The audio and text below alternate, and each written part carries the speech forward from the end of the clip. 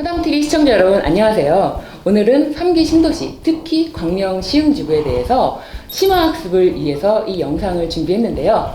오늘도 든든하게 모든 부분에 대해서 막힘없는 설명해 주실 법무법인 화담 토지보상팀 대표 변호사님 정홍철 변호사님 함께 하셨습니다. 안녕하십니까, 정홍철입니다. 우리 시청자 여러분들이 알기 쉽게 이해되기 쉽도록 질문해 주시는 KBS 이지선 성우님 오셨습니다. 네, 안녕하세요. 반갑습니다. 네. 광명 시흥에 원주민들이 반발한다는 기사가 있는데 네네. 그 부분에 대해서 우리 이지선 성우님께서 소식 좀 전해주세요. 네. 이 광명 시흥 엄청 큰 땅이잖아요. 여의도의 3배라고 했는데 여기에 대해서 기사가 나왔는데 주민들이 반발한다는 기사예요. 네. 어떤 내용이냐면요. 네. 광명 시흥 지구는요, 보금자리 주택 지구로 지정됐다가 철회되는 등 이 정권이 바뀔 때마다 사업 방향이 계속 바뀌어 왔대요. 그래서 이런 경험으로 인해서 이 주민들이 공공택지 개발에 대해서도 회의적인 반응을 보였다는 기사가 여기에 있습니다. 네. 지금 되게 불만이 많다고 거기 쓰여 있죠. 네네. 주민들은 불만을 가질 수밖에 없어요. 첫 번째, 벌써 2010년도에 광명시흥 보금자리 주택으로 해서 지금보다 훨씬 더 넓은 지역이 1,700만 제곱미터 정도가 지정이 이미 되어 있었어요. 이번 이전에도 이미 지정이 되어 있었다는 거죠? 2010년도에. 2010년도에. 네. 근데 너무 크죠. 그 당시에도 광명시흥이 굉장히 늦게 보금자리 주택지구 중에서는 늦게 발표가 되었는데 면적이 너무 커요. 그러다 보니까 과연 개발이 될까? 차일 피일 늦춰지다가 2014년도에 새로운 정부가 들어서고 나서 그 당시만 하더라도 지금처럼 아파트가 침체가 되고 있었기 때문에 당시는 빚내서 집 사라는 걸 권유하고 있을 정도가 되었기 때문에 이 정도 개발해서는 안 된다. 2014년 9월 4일 정도에 해제가 돼요. 네. 주민들이 아주 환호를 했을 거예요. 환호를 했다고요? 네. 왜냐? 내 땅을 뺏기게 생겼는데 이제 안 뺏겨도 되니까. 저랑은 좀 생각이 다르네요. 왜냐하면 여기가 개발됐는데 땅값이 올라가는 거 아닐까 했는데 왜 안 돼? 왜 안 돼? 하다가 이제 안 해? 라고 한 거잖아요. 그래도 뭐야? 왜 안 해? 이렇게 될 것 같은데? 설명해 주세요. 그 땅, 개발되는 땅 옆에 있는 사람들의 마음이고요. 그렇죠. 오. 개발되는 땅이라는 거는요, 보금자리 주택이라면은 이게 지금 논입니다. 논인데 내가 여기서 같이 사업 시행자가 되는 게 아니라 여기 있는 소유자들은 나가야 되는 겁니다. 그리고 한때 꿈에 부풀었던 게 뭐냐면 개발 제한 구역에 묶여 있었거든요. 개발 제한 구역. 예. 보금자리 주택지부터 개발 제한 구역을 개발하기 시작했어요. 그전에는 신도시들이 개발 제한 구역이 아니에요. 일반적으로 개발 가능한 땅에다 개발했는데 보금자리 주택부터는 그린벨트 개발 제한 구역을 개발했고 지금 3기 신도시도 다 거의 다가 개발 제한 구역에다 지금 개발을 하고 있죠. 자, 근데 당시에 개발 제한 구역에 이제 해제를 해준다고 합니다. 내 땅이 강제로 뺏기는 줄 알았는데 개발 제한 구역도 이제 해제가 된 상태로 안 뺏기게 됐어요. 기뻤겠죠, 사실. 네, 기쁠 것 같아요, 이제. 근데 특별관리 구역이라는 다시 타이틀을 달아서 지정을 해버려요. 이게 뭐죠 또? 만약에 지금 이걸 풀어줘 버리면 난개발이 될 수가 있기 때문에 개발은 엄격하게 제한을 한다는 특별관리구역으로 지정을 해버립니다. 그러니까 내 땅을 팔지도 못하게 하고 개발도 팔지 못하는 건 아닌데 내가 뭔가 개발을 하려고 해도 엄격한 제한이 있는 거예요. 난개발을 막기 위해서 건물을 짓든지 아니면 어떤 개발 행위를 할 때는 철저하게 괜찮은지에 대한 허가를 사전 심사를 받아야 된다. 그렇게 이제 된 거죠. 그럼 제가 이해한 게 맞나 보세요. 2010년도에도 네. 내가 이 땅에 살곤 있지만 뭐 못해 아무것도. 그리고 2014년도에 풀렸다곤 하지만 또 특별관리지역으로 특별관리 지역에 묶여서 또 아무것도 못해. 네. 뭐 이렇게 된 건가요? 뭔가를 할 수가 없어요. 내가 생각하는. 그럼 결과적으로 10년 동안 아무것도 못했다. 결과적으로는 뭐 매매는 물론 그동안 있어 왔지만 이 매매가 어쨌든 이건 뭘 못하는 땅이라고 생각해서 거래도 개발 제한 구역하고 거의 비슷한 수준의 거래가 되지 특이하게 나아지지도 않았어요. 자, 그래서 이제나 저제나 풀리나 생각했는데 결국 특별 관리 지역에서도 해제가 안 되고 결국 다시 지금 3기 신도시에 다시 편입되어서 이번에 발표가 또 되어버렸죠. 그런데 이 지역 분들은 특별관리지역으로 이제 묶여 있을 때도 뭐 도시개발법에 의한 취락, 정비 이런 거는 가능했기 때문에 소유자들이 조합을 결성해서 개발을 하는 환지 방식의 개발을 기대하고 있었거든요. 한지? 네. 아, 너무 어려운 단어가 네. 많네요. 환지 방식의 개발 방식을 토지 소유자들이 기대하고 그렇게 개발되는 줄 알고 있었는데 이 환지라는 곳에 대해서 변호사님 설명을 좀 부탁드릴게요. 환지는 내 땅을 바꿔주는 거예요. 만약에 가지고 있는 땅이 100평이면은 그 땅을 가져다가 개발을 합니다. 그리고 나서 개발비가 들어갔겠죠. 그러고 나면은 그 지금 땅값이 올라갔을 거 아니에요. 그럼 옛날 땅값하고 지금 땅값하고 비교해서 그 땅값에 해당되는 땅만큼 이렇게 줍니다. 하지만 향후 개발이 되어서 이쪽이 좋아지고 하는 이익들은 다 누가 누리게 돼요? 그 땅. 받는 사람이 다 누리게 되죠. 지금 3기 신도시는 어쨌든 보상을 받고 나가면은 이게 개발되어서 나중에 좋은 지역이 되고 하는 것들은 지금 보상받고 나간 사람들은 끝이죠. 그렇게 돼서 환지 방식으로 하면은 그래도 토지 소유자가 이익을 누릴 수 있다고 생각해서 기대를 했어요. 네네. 이걸 하게 된 가장 결정적인 이유가 개발 제한 구역은 이게 불가능합니다. 하지만 특별관리구역은 아까 뭐라고 했어요? 난개발을 막기 위한 거니 만약에 도시개발법에 의해서 이런 취락지구 조성이 된다는 건 난개발이 아니라고 한다면 개발이 가능하게 해주겠다고 했죠. 제가 지금 여기에 땅을 갖고 있는 소유주라고 생각하면 약간 부글부글 할 것 같은데요, 지금? 부글부글 할 수밖에 없어요. 제가 2010년도 지정되고 나서도 그 지역에 이제 대책이나 그때 찾아다녔어요. 그래서 거기에 이제 실제 있으신 분도 보고 대책의 자문도 어느 정도 해드렸는데 개발이 안 되다 보니까 다음에 보자 뭐 하다가 어느 날 해제가 되었어요. 네. 그러다가 또 시간이 지나서 이렇게 한번 찾아가 뵀었는데 환지를 할 거라고 해서 다시 조합 결성을 하고 이렇게 준비를 하고 계시더라고요. 그랬는데 지금 사실은 그 준비 과정이 이제 다 무산되고 그분들은 다시 대책위가 되겠죠. 지금 이 사업은 절대 반대를 해야 될 수밖에 없는 그런 반대 대책위가 이제 되겠죠.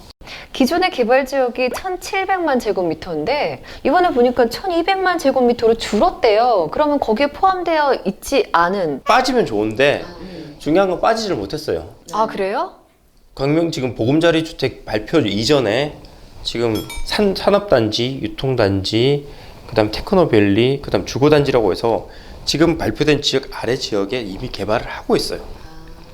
여기가 따져보면은 상당한 면적이 됩니다. 먼저 선보상이 되고 있어요. 그 지역은. 그 지역 분들이 먼저 타격을 입었죠. 아, 보금자리에서 빠지는구나 했는데 갑자기 산업단지를 짓는다, 유통단지를 짓는다, 그러면서 다시 보상이 되고 있어요. 거기도. 그러다 보니까 위에 지금 발표된 지역에서도 다시 개발이 될 거라는 걱정은 있었는데 이제나 저제나 했는데 정확하게 딱 발표를 한 거죠. 그 시장이라든지 그 지자체라든지 사업시행자가 원주민과 기업의 재정착률을 높이겠다라고 지금 선언을 했어요. 네. 그럼 어떤 정책이 나올 건지에 대해서 기대감도 아마 있을 거예요. 아, 기존의 보상 방식과는 뭔가 좀 다르지 않을까라는 약간의 기대감을 가지고도 또 바라보기도 하는 진짜 복잡한 신경이죠. 억울하고 허탈하고 하지만 기대를 갖는 그런 상황이 지금 올 수밖에 없어요, 사실은. 또 이분들이 관심을 가지는 부분이 또 세금 혜택 부분에 대해서 우리에 대한 배려가 어느 정도 있을 것인가. 이 환지 방식이라는 부분도 이 땅에서 땅이기 때문에 이게 양도세라는 게 있을 수가 없거든요. 있어요? 아니 그런데 택지 방식인 경우에는 이게 이제 돈으로 받는 경우이기 때문에 이건 양도세가 부과가 됩니다. 그래서 세금 부분도 큰 차이가 현실적으로 느껴지는 부분인 거죠. 세금 혜택 부분이 정책적으로 어느 정도 또 가만히 될 것인가, 감면이 될 것인가 이 부분에 대한 기대도 좀 어느 정도 하지 않으실까 이런 생각이 듭니다. 지금 사실은 계속 3기 신도시 지역에 있었던 여러 대책위 분들끼리 모여서 국회에 가서 논의도 하고 네. 그래서 내가 땅을 팔고 싶어 파는 것도 아니고 강제로 뺏기고 그리고 나는 또 땅을 사야 되는데 양도세를 내고 나면 내가 어떻게 다시 땅을 사? 만약에 내가 100만 원을 받았는데 100만 원짜리 땅을 사는 게 아니라 양도세를 내고 나니까 이제 70만 원 정도밖에 안 남았어요. 그럼 난 70만 원짜리 땅을 사야 되는데 주변 땅값이 조금씩 더 올랐어. 더 올라. 그러니까 나는 이제 옛날 땅에 반도 못 사는 경우가 생긴다라고 자꾸 아우성인이 이연을 확실하게 다 해주든지 대토만 지금 대토라고 하는 것만 이연을 해주는데 양도세를 지금 내지 말고 산 토지를 또 마지막에 팔 때 원해서 팔 때 내게 하든지 뭐 여러 가지 방법이 있었는데 실제 양도세는 거의 건드리지 않았어요. 국가 재정이라는 게 크게 네. 있다 보니 더군다나 지금 코로나 시국이다 보니까 국가 재정이 더 안 좋다 보니 과연 이걸 양도세 감면을 적극적으로 해줄까 이런 부분도 좀 걱정이 되긴 해요. 네. 그러면 현재 이 예정지로 지정된 이 많은 분들이 지금 당장 뭘 할 수 있을까요? 딱 두 가지가 있죠. 아까 대책을 세운다고 했어요. 지금 앞으로 어떻게 원주민 정착률을 높이고 기업 정착률을 높이기 위해서 대책을 세운다고 했는데 이 대책이 뭔지를 정확히 봐야 돼요. 두 번째, 보상금 잘 받아야겠죠? 잘 받아야겠다. 자, 그럼 보상금을 잘 받아야 되고 대책을 잘 수립되는지를 지켜봐야 된다는 두 가지가 있어요. 그 두 개를 해야 됩니다. 그럼 대책위가 하는 일은 도대체 뭔가요? 저번에 한번 들었던 것 같은데 까먹었어요. 네. 지금 방금 얘기했던 보상금을 높여야 되고 그 다음에 정책을 세우는 것에 대해서 반대를 해야 되는데 나 혼자 가서 얘기할 수 있나요? 안 되죠. 누군가는 모여줘야 돼요.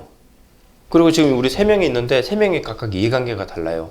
그래서 이선성 의원은 A라는 걸 주장하고 지금 우리 신유진 변호사는 B라는 걸 주장하고 저는 C라는 걸 주장하는데 각각 나눠서 A, B, C를 주장하면은 사업 시행자는 아무것도 안 들어줄 수가 있어요. 근데 3명이 뭉쳐서 A를 주장하러 가는 거예요. 그리고 A가 관철되고 나면은 우리 3명이 또 모여서 B를 관철하러 가는 거예요. 힘이 좀 생기는 힘이 생겨야죠. 그래서 대책이 필요하고요. 두 번째는 보상금을 잘 받기 위해서는 예전에 말씀드렸는데 내 보상금을 결정하는 게 보상금 평가를 하는데 사업 시행자가 1명 추천을 하고 소유자가 1명 추천하고 그 다음에 지자체에서 1명 추천을 해서 3명이 내 땅값을 정하는 거예요. 자, 이 정하는데 내 편이 들어줄 사람이 가는 게 중요하겠죠. 이 사람을 선정하기 위해서는 그 지역의 주민 과반수와 그 다음에 면적 과반이 넘는 사람들이 동의가 있어야지 추천을 할 수가 있어요. 어렵죠. 너무 어려울 것 같은 땅이 큰 만큼 더 어려울 것 같아요. 그러다 보니 많은 사람들이 모여서 동의를 할 수 있는 어떤 단체가 있어야 되는 거예요. 그 단체에서 결국 적극적으로 동의서를 구하러 다녀야지만이 가능한 거예요. 누군가가 나서서 그냥 막연하게 하지 못해요. 그래서 대책위가 필요하고 주변에 대책위가 만약 보인다면은 내가 도와줄 일이 뭐가 있을까에 대해서 한번 물어보는 게 필요해요. 아, 저 대책에는 분명히 자기들끼리 꼼수해서 했을 거야. 그렇게 막연하게 생각하지 마시고 내 걸 지켜주고 내 걸 높이는 거는 결국 주변에 있는 사람들이 그걸 생각하시고 주변에 대책위가 보인다면은 가서 한 번 더 상담을 해보고 그 다음에 이 대책위가 하는 일이 타당하다 그러면은 적극적으로 동의를 해주시는 게 필요합니다. 지금 네. 대책이랑 보상 말씀해 주셨잖아요. 네. 근데 이걸 들으시는 분들이 너무 뻔한 얘기하고 있네 이렇게 생각하실 수도 있을 것 같아요. 뻔하지만 어쩔 수 없이 상식적에서 하는 말은 이거밖에 없어요.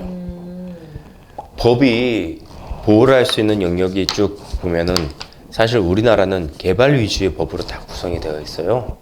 개발을 하기 위한 법을 만들고 그의 부수에서 쫓겨나는 사람들을 보호할 수 있는 최저한의 방안을 수립한 체계를 가지고 있어요.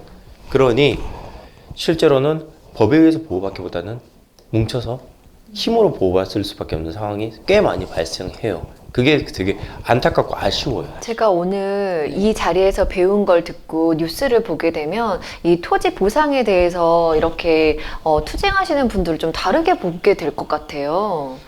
그렇죠. 그분들이 이제 뭐 대책위로 결성을 해서 뭐 조직적으로 좀 더 목소리를 내고자 하는 방법이지 그것이 뭐 반대를 위한 반대라든지 아주 예전의 방식대로 절대로 못 나가고 뭐 알박기를 한다거나 이런 것이 지금은 사실 불가능하거든요.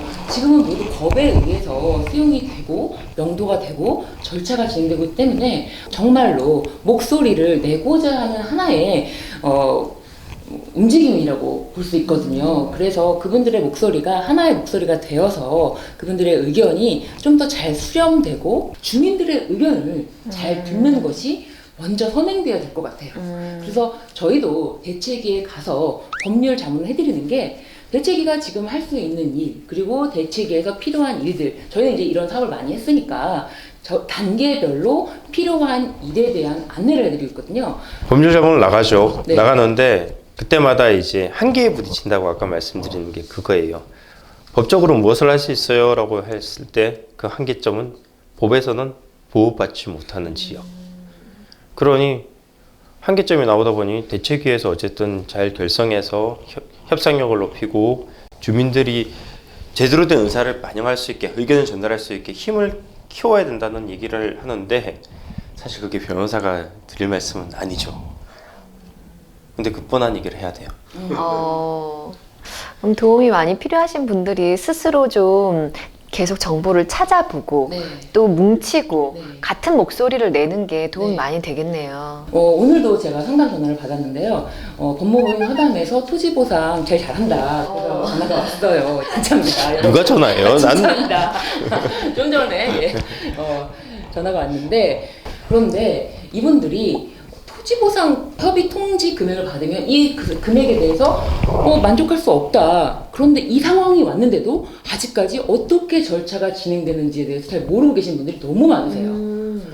너무 많으세요. 저희가 대책위를 가서 이런 절차에 대해서도 충분히 안내를 드려요. 근데 이런 용어들이 낯설잖아요. 저도 너무 어려운 것 같아요. 네, 맞습니다. 낯설어요. 낯선 용어를 한 번 듣고 두 번 듣는다고 이게 익숙해지지가 않거든요. 아무리 돈이 걸려 있어도 이 용어에 일단 익숙해지고 자꾸 절차에 익숙해지고 뭐가 있는지 어떤 순서인지 감정평가 선생님은 뭐 하는 사람인지 계속 이야기를 전달하는 것이 또 뭐 저희 변호사님께서 현장에 나가서 예. 직접 어쩔 수 절차를- 없이 저희는 이 진행 과정이라든지 이런 부분에 대해서는 현장에서 계속 말씀을 드릴 수밖에 없어요. 소유자분들이 선수가 되어 있진 않아요. 네, 그렇습니다. 그리고 한 번 보상받으면은 보통 이제 자기 인생에서 끝이지 네. 보상이 또 되고 하는 분들은 있긴 있더라고요. 저는 한 4번까지 보상을 받으신 분을 봤는데 그런 부분을 보면서 저희가 계속 안내를 해드리고 지금 이 방송을 시작하게 된 계기도 사실 그래요. 쉽게 접근 못했기 때문에 쉽게 접근을 하실 수 있도록. 네. 그리고 코로나가 사실은 굉장히 이분들한테도 타격이에요. 모여서 얘기를 듣고 또 같이 의논을 할 수 있는 맞아요. 공간이 없어졌어요. 대책에도 지금 사람들이 모이기 힘들어요. 오히려 지금 좋아진 상황은 사업 시행자만 좋아요. 낮은 보상금을 던져도 사람들이 항의를 하러 잘 오질 못해요. 모일 수가 없으니. 그래서 어쨌든 이런 부분들이 있기 때문에 현장에서 필요한 부분에 대해서는 늘 지속적으로 알려드리려고 노력하고 있다는 거 그렇게 네. 이해해 주시면 되겠습니다. 네, 오늘 광명 시흥 지구에 대해서 특별 심화 학습으로 이 지구에 대해서 주민들이 가지신 생각과 내가 지금 무엇을 봐야 될 것이냐 이런 부분에 대해서 정홍철 변호사님과 또 이지선 성우님과 함께 이야기 나눠봤는데요. 저희가 또 계속 지속적으로 다음 영상을 통해서 광명 시흥 지구 또 토지 보상 절차 그리고 대책위에서 내가 해야 될 일이 무엇인지 구체적인 영상으로 또 찾아뵙도록 하겠습니다. 그럼 오늘 여기까지입니다. 네, 시청자 여러분 감사합니다. 안녕히 계세요. 감사합니다.